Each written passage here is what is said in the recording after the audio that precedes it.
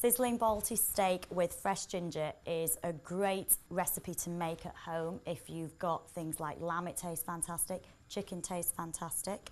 So the first thing I need to do is actually get my pan going. So I've got some oil in my pan and I just want to put in some ginger.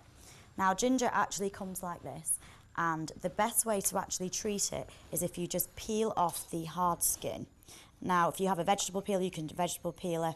I prefer to use my knife because it's a lot quicker. And just get as close to the skin as you can so you don't lose too much of the flesh. And then you just want to discard all of the hard brown fibrous outside. And this recipe actually wants it to be sliced.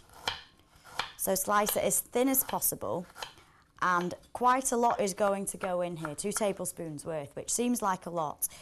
We need to pop that into our pan and just let that sizzle. Ginger has great healing properties as well. It's very good for colds and coughs. Now what we're looking for is we want it to colour ever so slightly around the outsides, which is exactly what it's doing now. So we're now ready to add in Pathak's Balti paste. Fantastic ingredient. If you had any other paste at home, you can try another paste. It'll work fine with that. 1 tablespoon to 2 tablespoons, depending on how hot you like your dishes. And then because they're just spices in oil, they are very delicate. Just pop a little bit of water in there, just to protect them. Give it a good stir. All the paste has is just fresh spices preserved in oil.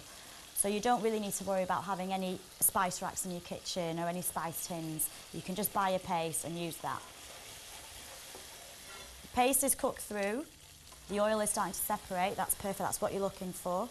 Going to pop in some sliced red onions. White onions are fine, shallots are fine, spring onions are fine also to use. And also just going to pop in 2 tomatoes. I've just roughly chopped them, and we just want that to break down before we add in our steak. Throughout this dish, if you find that anything's starting to stick, if you just pop in a little bit of water, sprinkle a little bit of water, it'll immediately lift off all the spice off the bottom of the pan. Now I just need to add in my steak. I'm actually using trimmed fillet steak. I've actually cut them into thin slices, about 1 centimetre cubed all the way through. I'm going to pop that in. And then you really just need to leave this to cook just for a few minutes, depending on how you like your beef cooked. Now the beef is cooked through. It's only been on a couple of minutes. Turn the heat off. Before you garnish it, just serve it into your bowl, otherwise your coriander might wilt a little bit. The great thing about this dish is it's only taken a few minutes to cook, despite it being cooked with beef. And serve that simply with some garlic and coriander naan bread. And again, just garnish it with some fresh coriander. Perfect. Sizzling Balti steak.